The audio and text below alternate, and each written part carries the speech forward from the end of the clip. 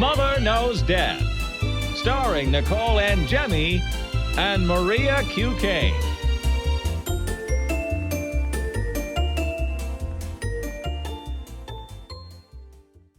Hi, everyone. Welcome to Mother Knows Death. On today's episode, we are going to be talking about Jeffrey Epstein victim Virginia Giuffre's apparent suicide, public masturbation, that is definitely an outrageous story, why white meat seems to be bad for you now, and a mortuary owner who is doing some really bizarre experiments on dead people.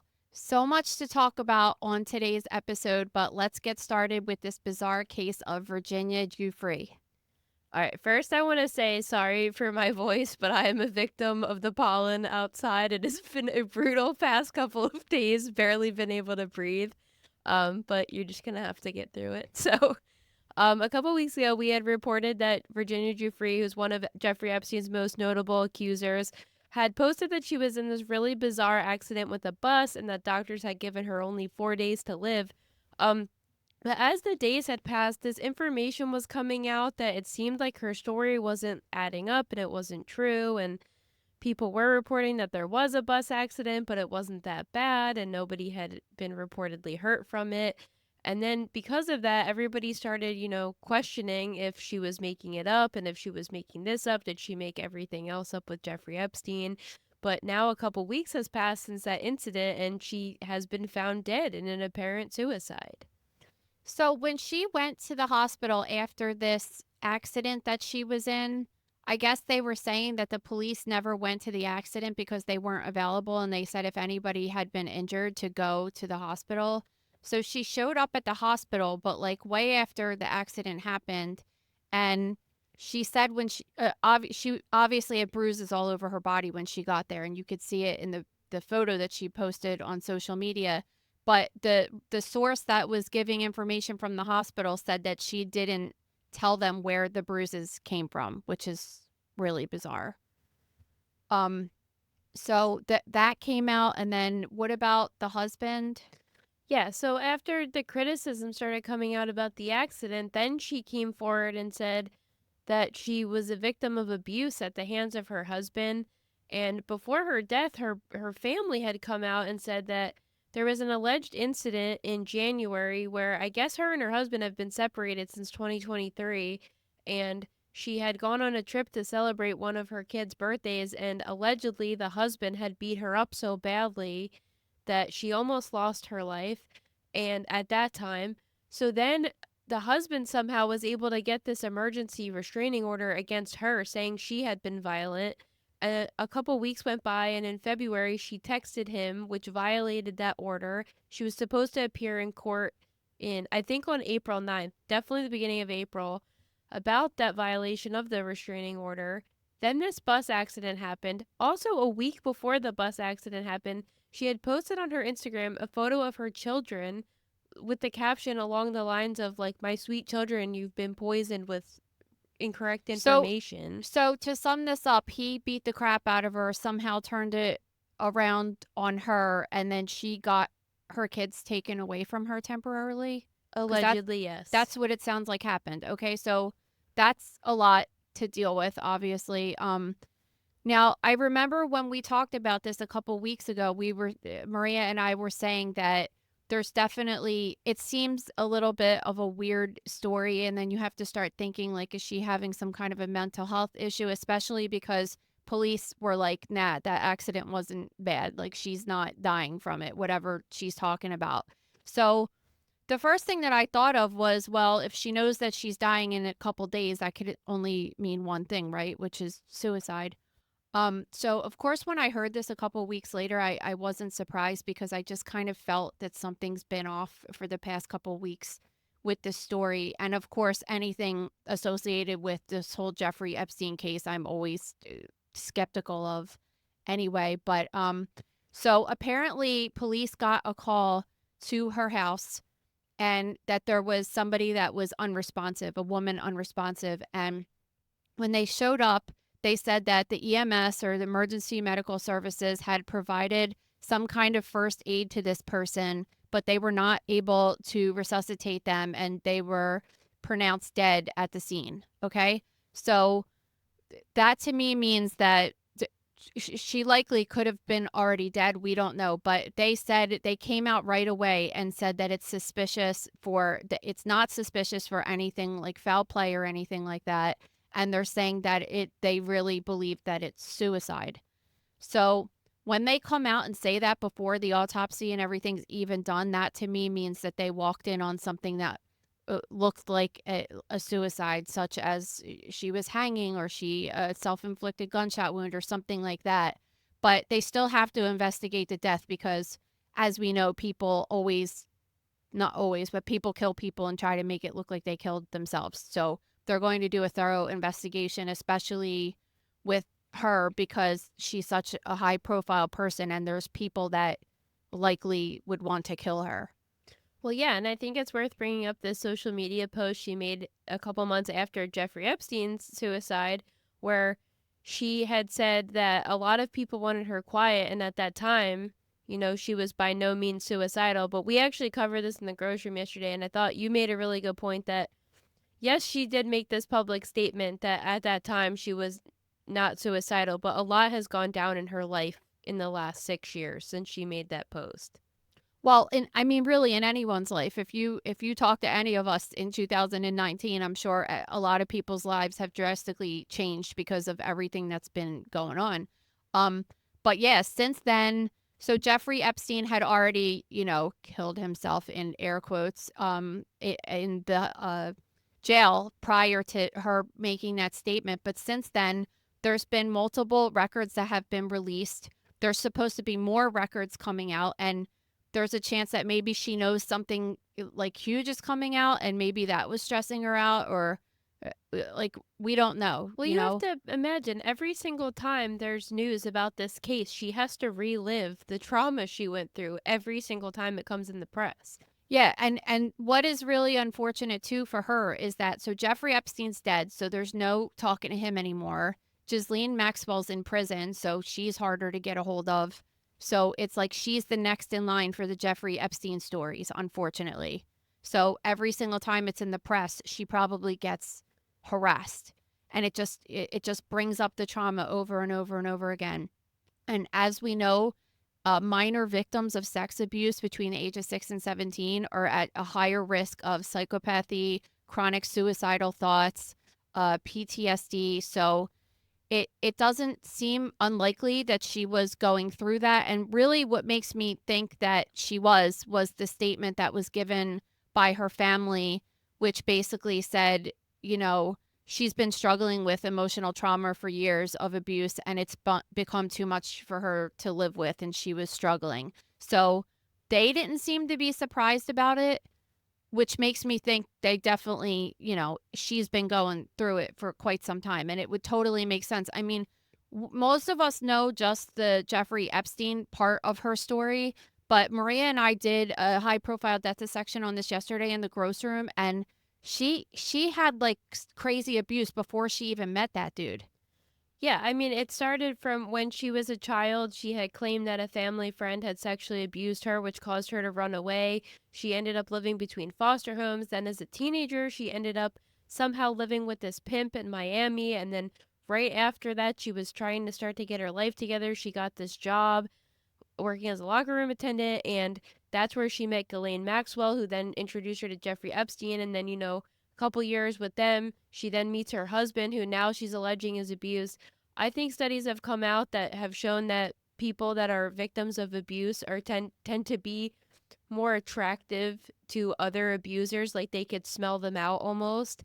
And because they've gone through this abuse their whole life, they don't know what's wrong or how to get out of it, and they just keep getting themselves into these situations. Yeah, and when Ghislaine had met her, she confided in her, because think about this, you meet a woman that's older than you that's trying to make friends with you, you might confide in her, and she told her that she had this history of being abused and sexual abuse and stuff, and they used that against her. Then they knew that they could get away with it with her. So that was really a sad part of her story too. So at this point, this is going to be a combination of both the death investigation and the autopsy. So the autopsy is going to look at her body and they're going to see if the traumatic wounds that she has to her body are consistent with whatever method of suicide she used. So, for example, if she shot herself in the head, let's say, but then they dissect her neck out and see that she has evidence of manual strangulation, then that's obviously going to be a trigger that there was foul play involved. So things like that. And then they'll also do testing, toxicology, to make sure she wasn't on any medications or alcohol, drugs, etc. And that's going to take a while. So that's why I think as of right now, they didn't 100% come out and say that that it's 100% suicide. They just said we're still investigating, but as of right now, it seems to be suicide, and it does not seem to be suspicious. So once all the testing comes back, then when they'll also see if she has any underlying medical things that they could see or whatever. But the other part of the death investigation is that because oftentimes when people kill themselves, they don't always write a note. That doesn't happen as much as you would think it did. But there is usually a history of suicidal ideations or even depression. Were they being treated by a therapist? Were they on medications? Did they have anxiety? Did they voice their thoughts to anybody that they knew? So they'll do her social history and see, because it's very weird if a person kills themselves and like you interview everyone they know and look at all their medical records and there's no history of anything like that. Then it would make you a little bit more suspicious that there was foul play involved. Yeah, I mean, regardless of the high profile nature of this case or not, I think it's just a responsible police work to see if it was an actual suicide or homicide. Like, they can't just walk in a scene that looks like one and just declare that's what happened. Yeah, exactly. All right, getting to a little bit of a lighter subject, but still disturbing, let's talk about this public masturbation. This is so weird. So there's this waterfront park in Seattle called Denny Blaine Park, and it's unofficially become this very popular nude beach. Have you ever been to a nude beach? No, but I know someone that has. Well, I have been to one in Europe, actually. And I just want to say, as somebody that's been to one, I don't think us Americans are sophisticated or nearly mature enough to deal with one here. And clearly, this one is resulting in many problems in the community. So I guess it's an LGBTQ plus park, right? And I guess but for a long time, for 50 years, since the 70s, that there's been people that would want to be topless or something. And it's just a park for people to gather that feel more comfortable being undressed or even just like hanging out with each other, right? And that's all good. But I guess that it's been increasingly becoming more than just a naked, like a nude beach. It's becoming sexualized in a way. And this is now disturbing some of the neighbors that live in the surrounding neighborhood. So I looked this up, and the median sale price for a house in that neighborhood is $2.2 million. Oh my God. So it's surrounded by some historic mansions and just nicer houses. It's a very expensive neighborhood. And people have had complaints that they're walking down the street and they're seeing people now that are pulling up and masturbating and watching the naked people in the park. Well, like it's on video, and I've seen there's this 9-minute video that I saw that they were bringing as part of this lawsuit of a compilation of all of these masturbating videos that people are taking in the neighborhood. And it is outrageous to think that would be happening right outside of your house. Yeah, well, I understand the point you're trying to make about it being like a nicer neighborhood, but like I don't think having or living in a wealthier neighborhood in this particular situation is going to avoid it, because if you just had a beachfront property, I mean, this could be happening too. It doesn't necessarily matter where. But the problem in this case is that it's like attracting these predators. So these people are I'm not laughing because it's funny. It's just so ridiculous. Like, these people are going there, and where these people are just trying to enjoy, being in their bodies and being themselves. These predators are going there, and they're like not only masturbating, but they're like, these men are exposing their penises to women or men and asking them to touch them, and all this sexual like deviance is going on there, and the neighborhood is just not having it. Well, and I don't blame them, because there are new beaches in America, not just, like you were saying, the European one's like a whole other thing. but they're around. They're in all different places around the country, and this doesn't seem to be happening. So I think a lot of it just has to do with, this one guy keeps going around in this red truck, and it's not like, let me be very descriptive as to what one of these videos shows, because I don't really think that you understand the extent of this.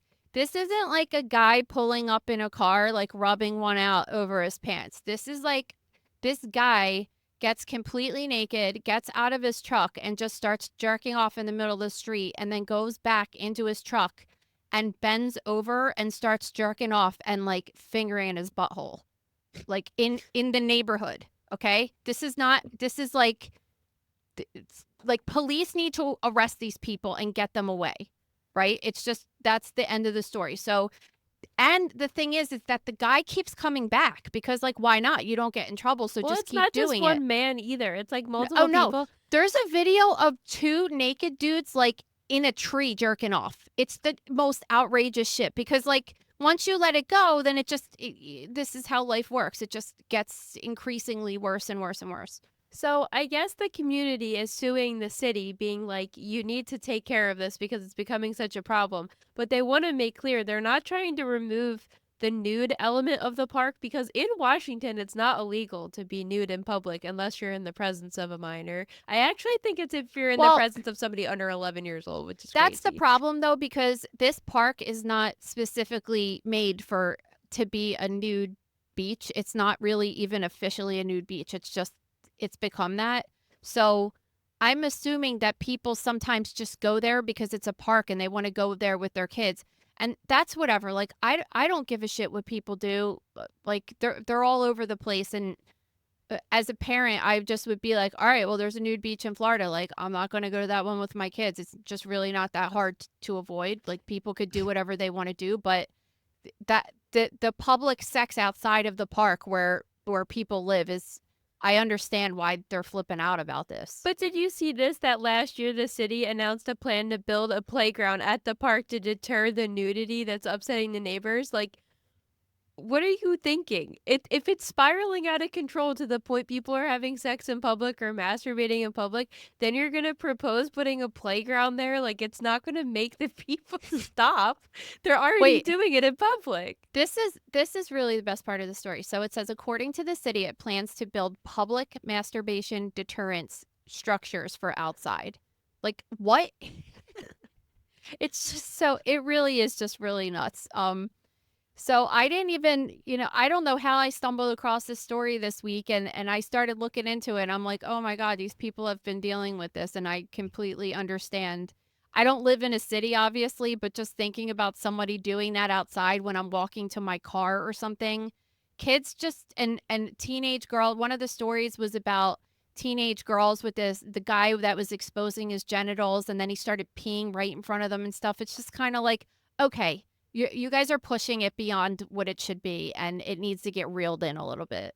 Yeah, like, I personally don't think it matters, like, what kind of setting you're in. I just, like, no matter where you live, if you're down the shore or if you're in this lavish city or this nice neighborhood or, like, not as nice neighborhood, just people should not be walking around in public masturbating. Like, this should not be allowed, and it is absolutely ridiculous that police are not trying to get more of a handle on it.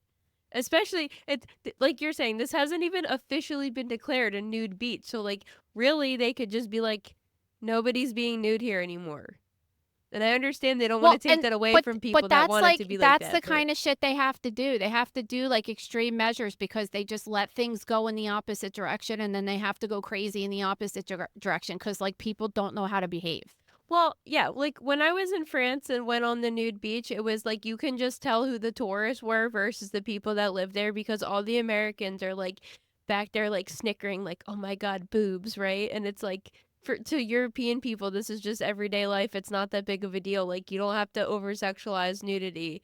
So I just can't even believe in America we have nude beaches because of our attitude generally about being naked. And then you add that these gross people are being attracted to this park. And it's like, it was this really awesome community space for people. And now somebody has to ruin everything eventually. Yes.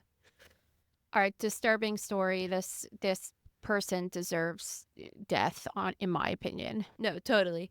2 years ago, police got an anonymous call that there was this deceased child in an apartment in Georgia. So they show up to this apartment and find the mummified remains of a 7-year-old in a stroller inside of a closet in the apartment. What? How is that even possible? I always think it's crazy when they find a dead kid and you're like, there was no record of this child missing. Like, how is there a 7-year-old living in America that not a single adult knows anything about them missing or anything? That it's just really, really sad, honestly. Well, it is sad. I don't know if this person didn't have family, but this child, it later came out with special needs. So I don't know what their requirements are with checking up on a child like that.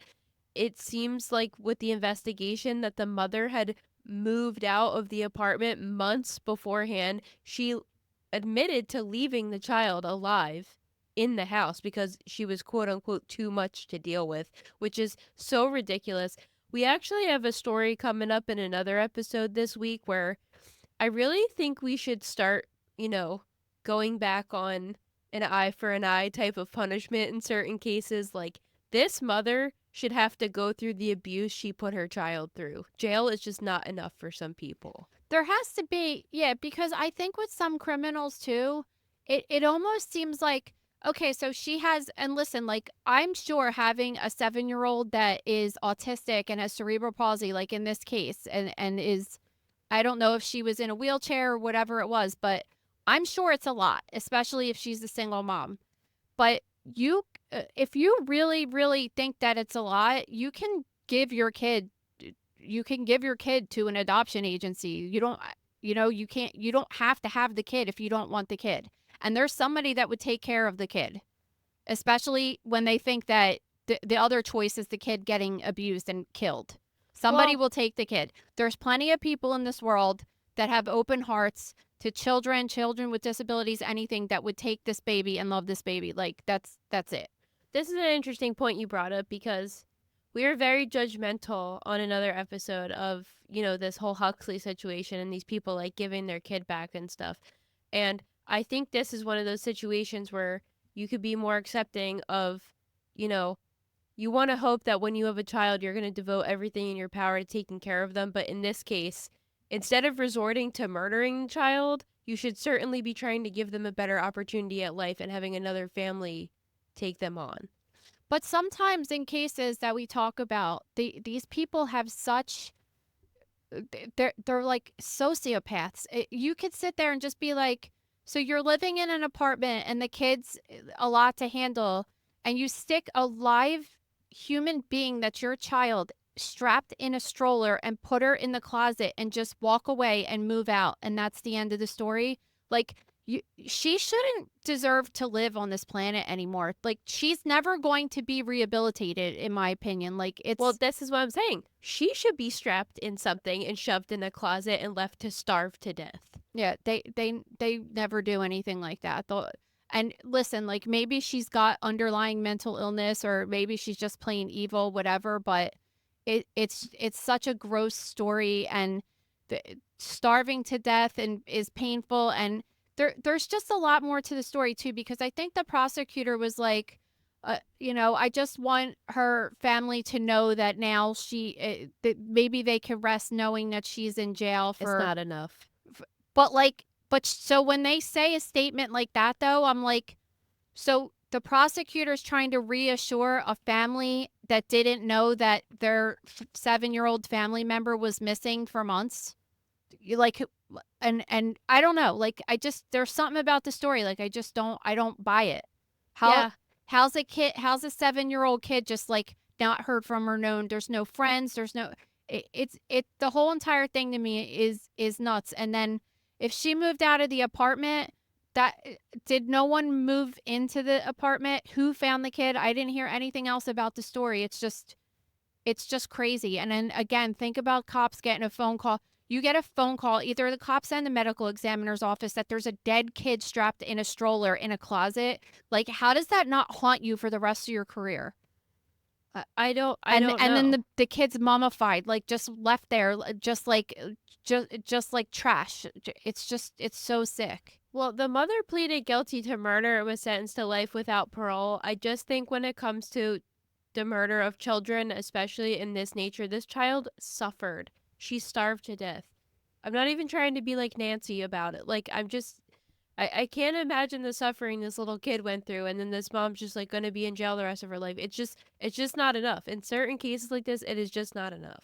Yeah, and unfortunately, it was a perfect, and this is maybe part of the problem as to why, because normally if a person, even a little 7-year-old person died in an apartment building, you would smell it, right? It would Yeah. the smell of decomposition, but sometimes when a person's decomposing and the conditions are just right, the decomposition process might stop and it could start the mummification process. And in this particular situation, this child was in that perfect of a situation where she was starved, so she was dehydrated and had less fluid in her body than she should have to begin with. And who knows if she was even treated well beforehand, that they're not going to be able to tell much. I mean, they'll be able to see if she had broken bones that were healed and things like that. But I mean, the appearance of her soft tissue and everything is not as ideal to do an examination for abuse in that situation.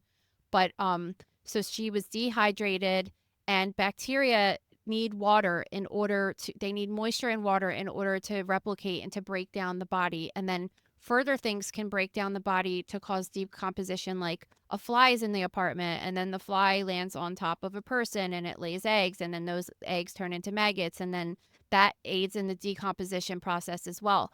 But the bacteria is breaking down the body is what causes that terrible smell that we associate with a dead body decomposing. But when you're in a dark closet that's dry and your body's dehydrated, it's the perfect environment for mummification. So, and it often it doesn't smell that bad. Like you might get up on it and it would be a little bit foul, but sometimes it doesn't smell at all. So that would be likely why no one around was clued into it.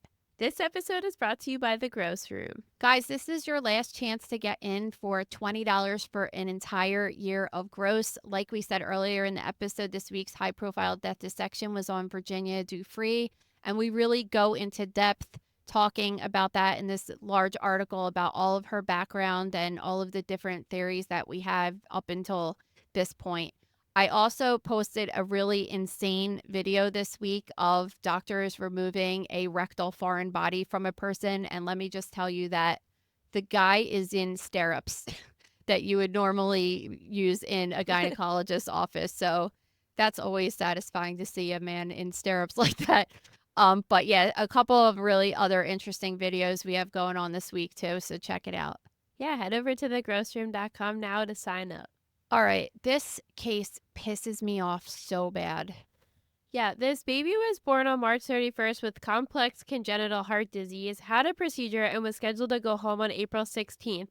So before he was discharged, the family decided they were going to have a circumcision. It ended up being botched, and now the baby's in even worse condition.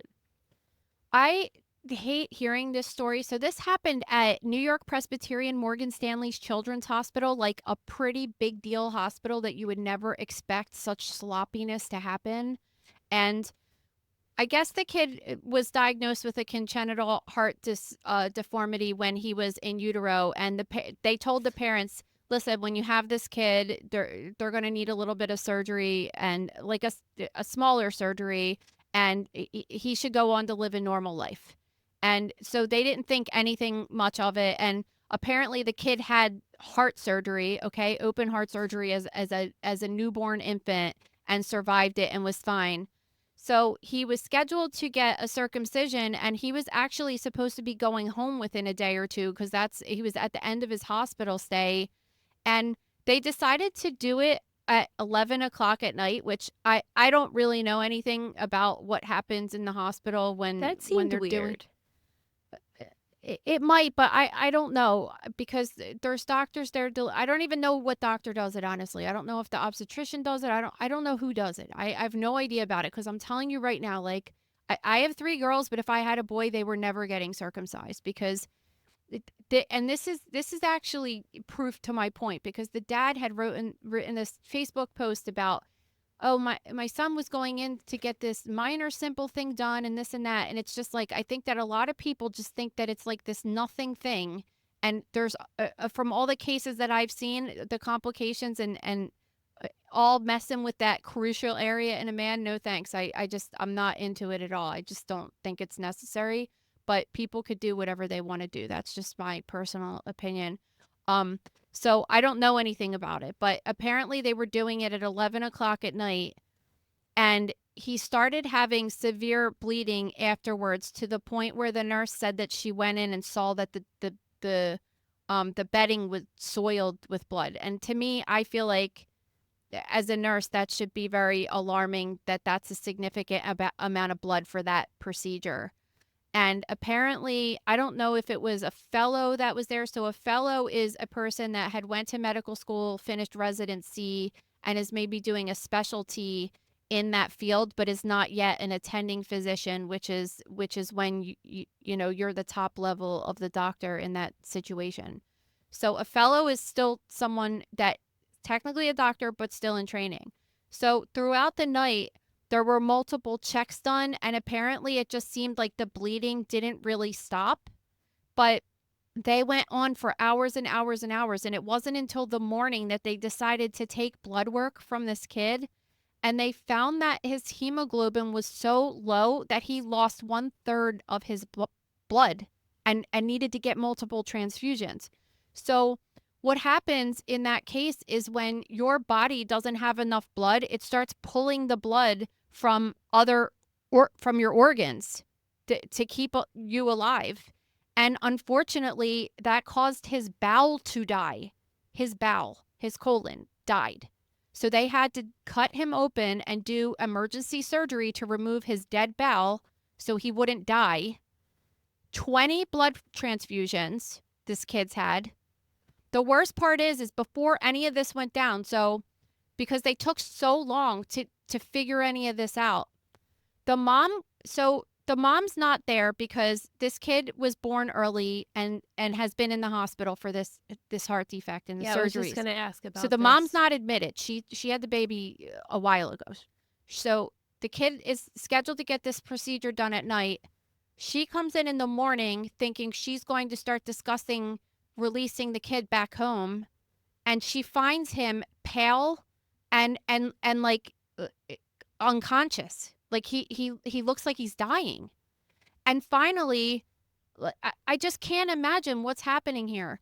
But they were sending, so they finally sent the blood. They figured this out, but this was all like in the time when the mom was just arriving in the morning.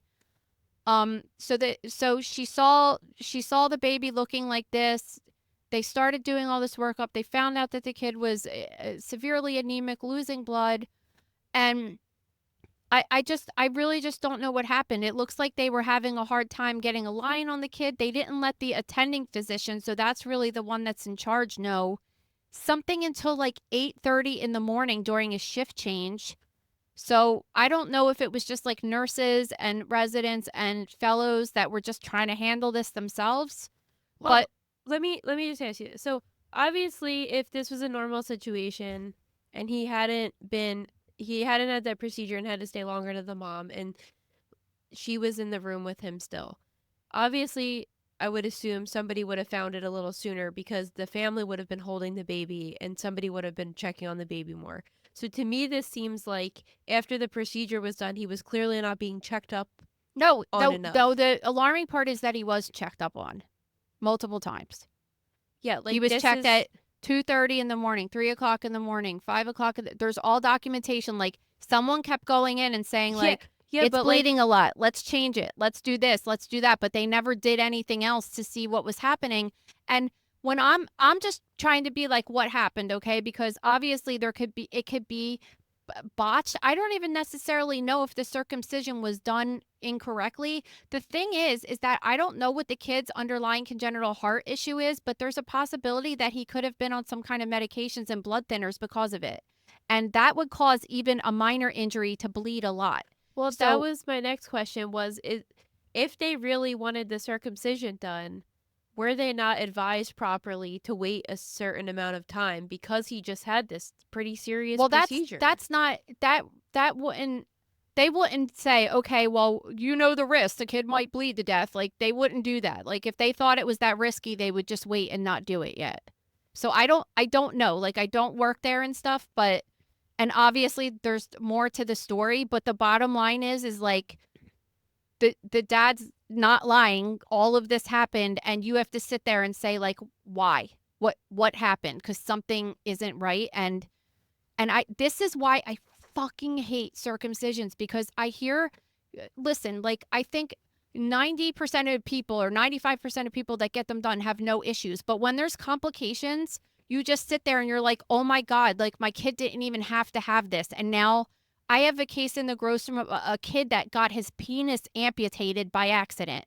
He has no penis because of this. Like his penis got cut in half because of a circumcision. And then you're just like, oh my God, that just didn't even need to happen. Well, So I don't know, like it freaks me out a little bit, or the infections, or this and that, and I understand your hesitance with it and why you're against it, but I think if we really look statistically at the problems versus how many of these are performed a day, I mean, really, there can't be that many issues compared to how many of these are performed every single day. I don't care. I personally wouldn't take the risk, but that's just me. I'm just saying, like, we hear about these really horrible situations that happen, and there's obviously a lot more that are unreported or not in the news, but you have to think about how frequently this procedure there's is definitely done. a lot of them that are done as well that people don't report because it just causes people. I mean, you hear men complaining about sometimes like, oh yeah, that's always been like that and stuff like that, and I don't know. I feel like if you interviewed most dudes, they wouldn't want like huge pieces of their penis missing now. I'm pretty sure about that, but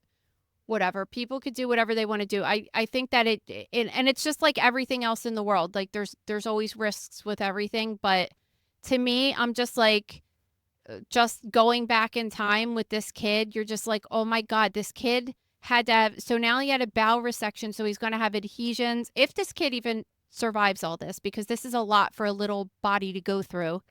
He's a couple I don't even know. I think he's a couple weeks old, right? He has now had open heart surgery, open abdomen surgery, all those adhesions. He's going to maybe deal with issues from lifelong, 20 blood transfusions, not to mention they said that there might be signs that he has encephalopathy, which is he's having some kind of or encephalitis, he's having some kind of inflammation with his brain, which may be due to the lack of oxygen he was getting because he had a lack of blood flow, which I mean, these are problems that could affect the rest of this kid's life. On top of that, his mom obviously is so stressed out that she stopped producing milk and now she can't even breastfeed her kid.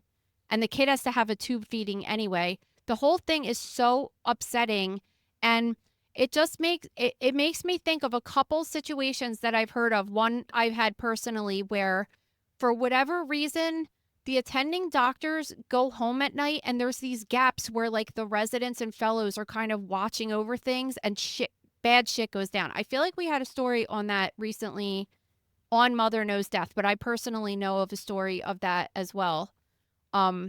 So I guess that was the dad is just bringing this up. Like this is supposed to be one of the best hospitals in the entire country. Like why were people watching this baby not who just had surgery weren't doing the proper thing?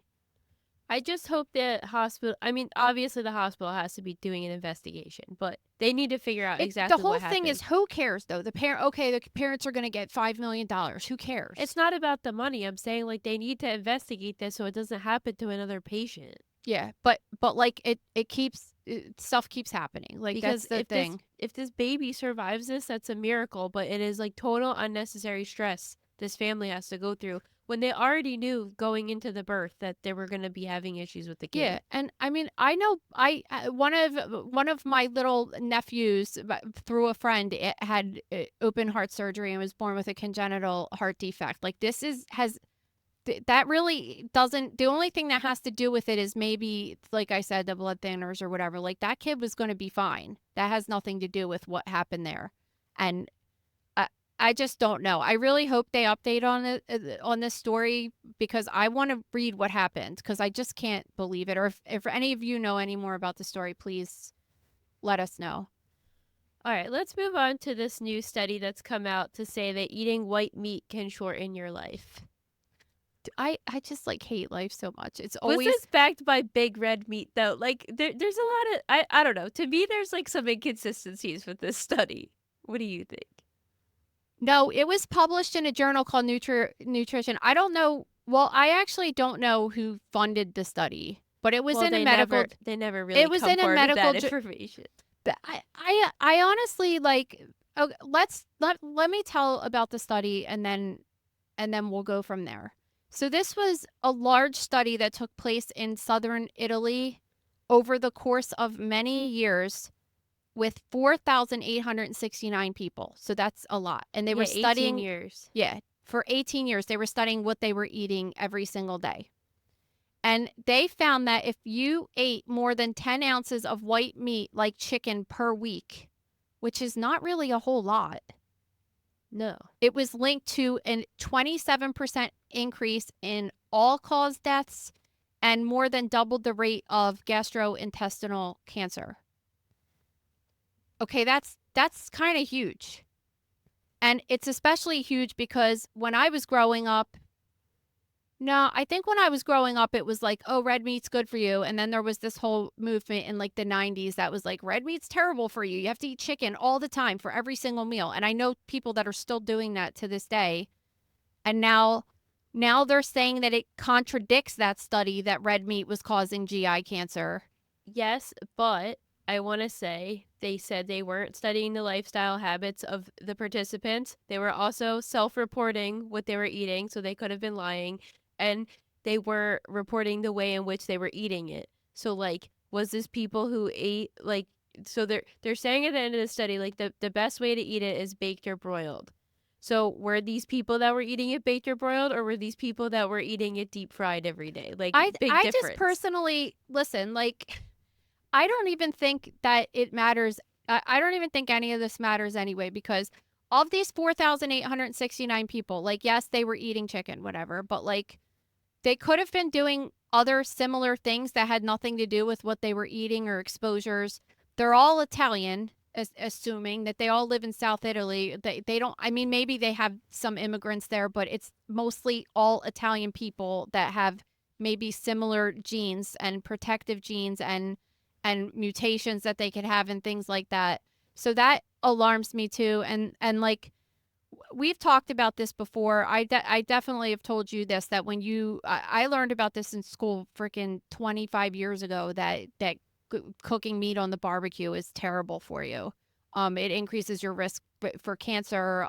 It gets stomach cancer. I want to say that wasn't information that I really retained, because I've always had the understanding that grilled chicken was the healthiest chicken. No, like, listen, I'm not saying to never have barbecue because it's delicious, but when you cook anything, it's the same exact thing with weed and cigarettes and everything else. Like, when you are cooking something and making it a high temperature, it changes the chemical composition of all of it. So it's no longer has the same exact health things as it did when it was a raw or slightly cooked piece of chicken. The char has been known to cause cancer, and that's been a thing forever. So you're definitely not supposed to eat meat like that, like multiple times a week with blackened from burned on the grill. Like, it's terrible for you. And obviously, like, because I think another study came out this week too, that highly processed food in general is an increased risk for cancer, which is like, obviously. You know what's funny though today? So whenever Gabe is at work or something and I drive the kids to school myself, I always call my dad on the way home, and he always just talks about like when he was a kid and this and that. Now my dad's 80, right? He was telling me today about how they used to go swimming in the Delaware River and there were all rats on the end of the Ew. river, and he said it was so dirty and there was an oil slick, and when they used to go in their shorts, and he said they would go in the water, and when they came out of the water their skin was like covered in black. And I'm just like, and like, now to think about that, like, that would never ever happen, right? or like rarely happen, I should say, because I guess kids could get into something, but you're just like, this might be why you people get cancer when you're older because like I of don't stuff know. like that. He's defying all odds of people that get this stuff though, because he smoked when he was like a little kid, basically. And then he has stories like this. He was also a mechanic being exposed to horrible fumes and grease his entire life. And then he eats a bag of marshmallows like every day. And he's 80 years old. So it's like he's defying But all science. He he should be a science experiment. genetically he's Southern Italian, and you know what's Maybe interesting he didn't too. eat enough chicken. Because Pop Pop was like so excited when this study came out because he hates chicken. And now he's like, maybe your mom will stop cooking it because I hate it. And I kind of do too, honestly. So I'm kind of glad that. I just brought this up recently to Louis because I was like, he went on this. I'll never forget the only day he's ever yelled at me when he told me I was the most negative person. Which I'm like, now have you met your other two daughters and your wife, first of all?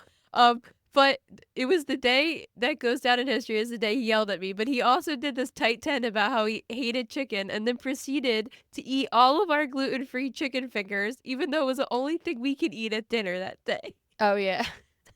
But chicken is, I don't like it. I don't like cooking it and touching it. It's just gross to me. It has a weird smell that grosses me out. And I don't really like the taste. I just think it's like dry and whatever.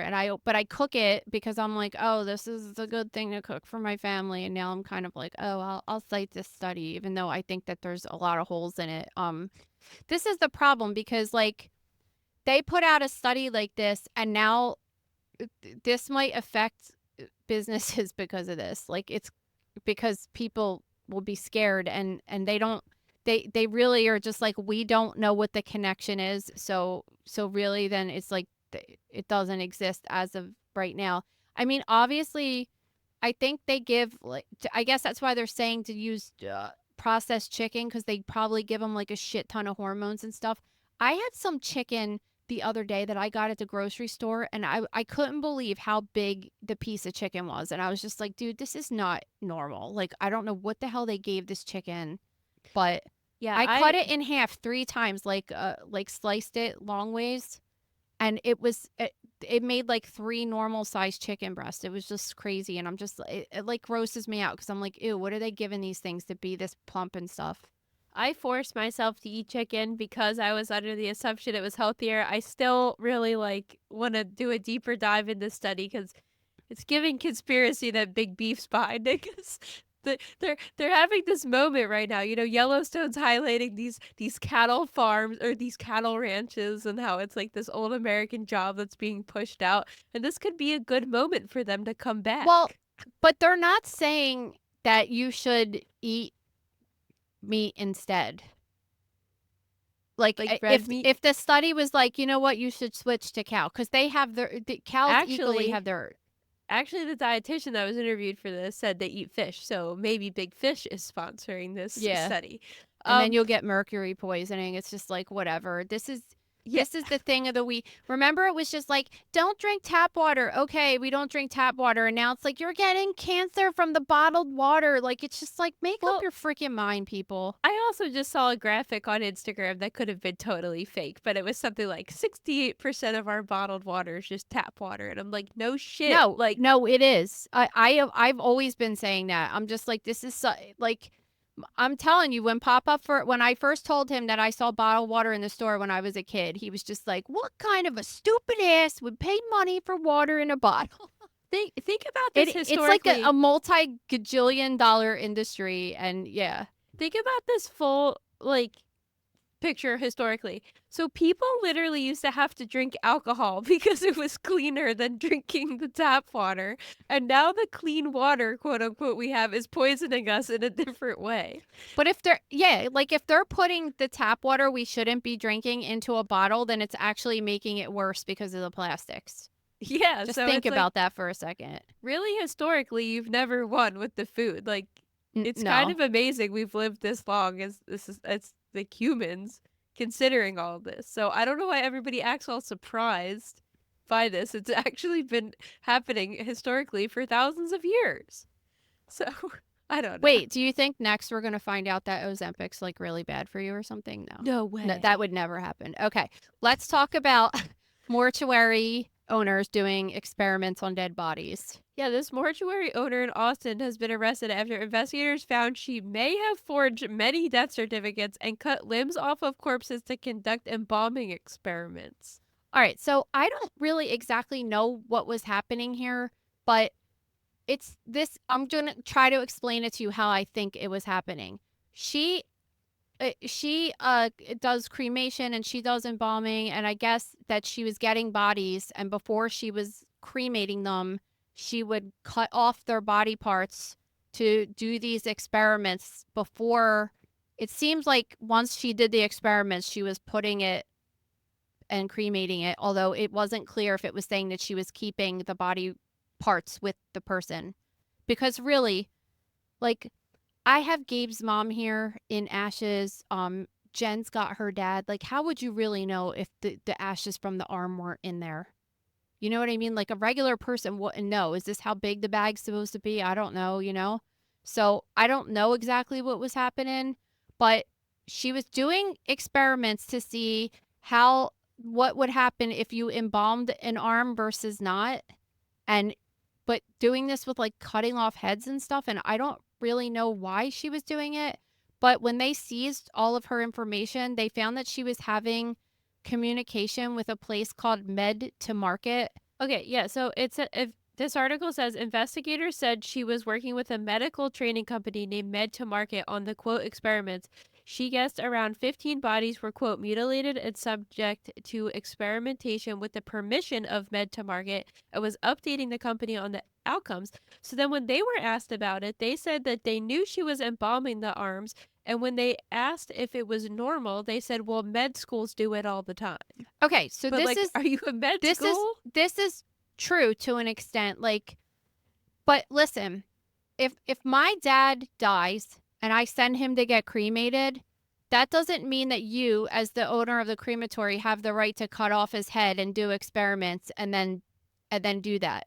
It's a lot different if I donate my dad to medical school and say here, or to science, whatever you want to say, because then they could do things like that. And that, I mean, that stuff needs to be done in some circumstances for whatever reasons they're doing it for, right? Yes. But like, let's just say, for example, even something stupid, like sometimes, let's say a person gets their arm cut off, and then because a lot of times if people get their limbs cut off, they send them to the funeral home, and the funeral home stores them for a while until they die because people want to be buried with their whole body, right? Well, if they want to have, let's say they just want to have an open casket or something, they might want to embalm the arm too. And like they want to see if they could do that and it would work and it wouldn't be rotting in the casket with the person. I mean, that's like such a rare thing that would ever happen, but there's probably other reasons they do it. It's not really my field, so I don't know. Let's say she had these profound results from these experiments. Yeah, what could she even, well, apparently she was telling this Med to Market company what her results were. How are they sharing the findings if it was being done illegally? I don't know. I don't know. Like, I just can't believe that there's a company that's doing that kind of stuff that doesn't know that there's like a clear distinction between people who donate and consent their body to science versus ones that are just getting buried under a routine funeral. Yeah, well, the I don't Texas Funeral Service Commission, first of all, they're the ones that informed police she was doing this, which led to her arrest because a former employee had come forward and said she had been doing the experiments, and she was using that person's name on these death certificates. But the TFSC is saying that it's unlawful for a commercial embalming establishment to use a dead human body for research or educational purposes. So clearly this is against the law, what she's doing, which obviously led to her arrest. But like, even if you really are trying to do something in the name of science, how are you sharing your findings with people considering you're illegally conducting the experiments? I don't know. I think, like, I mean, she should be in trouble, but the company, if she was working for them or whatever, that's just weird too. I couldn't really follow the story, and that's what I think was happening, but I couldn't really figure out what they were hoping to get with that information. Well, yeah, the way it's reading is that they acknowledge she was embalming them, but they weren't advocating for the experiments, so to speak. So, whatever. Let's move on to questions of the day. Every Friday at the @MotherKnowsDeath Instagram account, you guys can head over to our story and ask us whatever you want. First, have you traveled to Canada? Would you do a meet and greet for fans? Have you ever been there? No, I never been there, but I would. Yeah, I mean, first we need to acknowledge the attack that happened over the weekend in Vancouver during the Lapu Lapu Day Festival. Absolutely horrible. I can't imagine just trying to have like a fun day, going to a parade, and then just some psycho just like drives your car through the crowd. I honestly like my city does a parade for Christmas and stuff. I just like I don't want to go. It sucks, but it just like scares the shit out of me that something like this is going to happen because some psycho is going to you if you're not worried about a gun now, you're worried about somebody running people over with a car. I mean, killing that many people. What was 11 people got killed? Yeah, it's just really scary. And all 'cause those you're trying to have people- a fun day out with your family. I know. And the guy like the scary part of that whole thing is that apparently the guy, his brother was murdered like a year ago. Did you read all that? No, I just saw that he was only charged with second-degree murder, which I thought was kind of weird, but like we haven't really done a deep dive into this, so So yeah, his brother was murdered a year or two ago, and then his mom had a complete meltdown over it, obviously, because she lost a child, and then she was suicidal. And apparently, ever since that happened, like his mental health was worsening because the mom actually attempted suicide, and he found her. So imagine losing your brother and then that happening. But he was having deteriorating mental health, and one of his family members had called the psychiatric ward at a hospital and had said, like, hey, this guy is acting erratically and his mental health is worsening and I'm worried about it. And then hours later, he ended up doing this.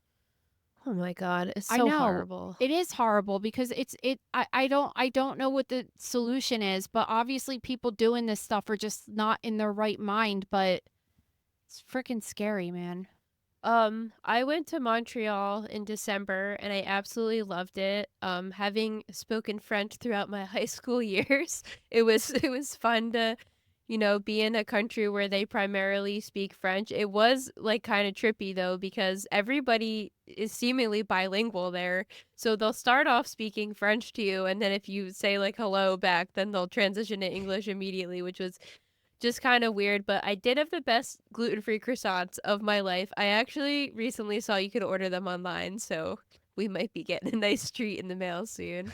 But How far away is that from where we live? it's about I think it was about 8 hours away. So we had gone to Lake Placid for my birthday and then I saw on the map it was only about 2 hours away, and since me and my husband are such big hockey people, we were like, why don't we go there since it was only 2 hours from Lake Placid because the Habs were playing the Capitals that weekend, which now they're playing each other in the playoffs and it's really heated. But it was a super fun game and hockey is like football over there. So when we went to a hockey game on Saturday night, it was like the craziest thing I've ever seen compared to the hockey games over here. But Montreal's a super beautiful city. It snowed. It was like magical the whole time. We had McDonald's over there, which is like boring, but I wanted to taste it in another country. Was it different? Yeah, it didn't taste as good because they have better health regulations over there. So, Oh my god. I really, really, really want to go to Toronto. We keep trying to plan a trip where we could time it up where baseball and hockey are like overlapping. So we can hit the Blue Jays and the Maple Leafs game. Like that would be an awesome trip. And I've heard it's a really beautiful city. It looks super cool from what I see. So, and my husband's going to be mad, but because the Flyers didn't make the playoffs, I'm going to vote for the Maple Leafs, which he's not going to be happy with, but they might make it far. I don't know. But I loved Canada. I would love to do a meet and greet situation there, maybe a live show or something. Yeah, that'd be cool. All right, 2. I'm about to give birth. Tips for unmedicated birth, says our fan. I don't know. Like, I gave 3 unmedicated births, but they weren't planned to be. When I walked in, I wanted to get meds, and it just didn't work out that way. I don't know what to tell you. It hurts, and like the the best advice I have to give is it's a little bit different. Like if you walk into the hospital and you're having some kind of insane pain and you don't know what it is and you don't know when it's going away, that could be very scary. But when you're having a baby, it's like you know that you're having a baby, you know what's causing the pain.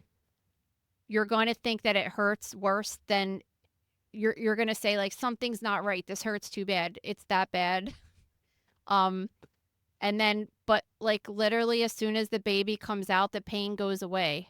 It's just like And you have this you like magic euphoria. you know, yes, you really do. It feels like you have an IV of drugs in you after you have the baby. It's the most insane thing ever. It feels like you have Xanax. It's like so insane. And it just ends. So my advice to you is to get in touch with your body and figure out, because I feel like when you don't have the drugs, it helps the labor go by faster, obviously, because you could really feel all of your body parts. And think about being this is kind of gross, but it's true. When you're constipated and you have to go to the bathroom, like you know where in your body to push to like get that out. Well, when you have the baby that's kind of stuck in a similar situation, you just have to focus to that area because a lot of people don't push right. And all of the times that I had the babies, they pushed out really fast because I just felt like I knew how to do it and get it out. And then the quicker you get it out, the quicker the pain goes away. And then, like I said, it just ends there. Like you might have to get I don't even think they do episiotomies anymore, but you might tear a little from the delivery or whatever. Like none of that matters. That's not really any kind of pain. The pain is 100% gone as soon as the kid comes out. So I Well, think that's reassuring because sometimes you go into the hospital, especially like men, for example, if they have a kidney stone and they don't know what the pain's coming from. It's like you go in, you don't know where it's coming from.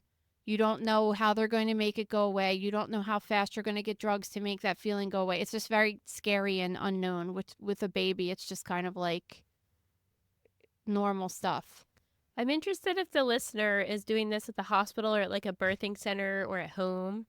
You should write us back with what happened with your birth story. And obviously, congratulations on your baby. There's lots of people that do the breathing and the this and the that, and it's just kind of like I don't know. Like I like I said, I didn't really walk in. I feel like one thing they should do is prepare all women to walk in that you might not get drugs, and if you do, like bonus for you.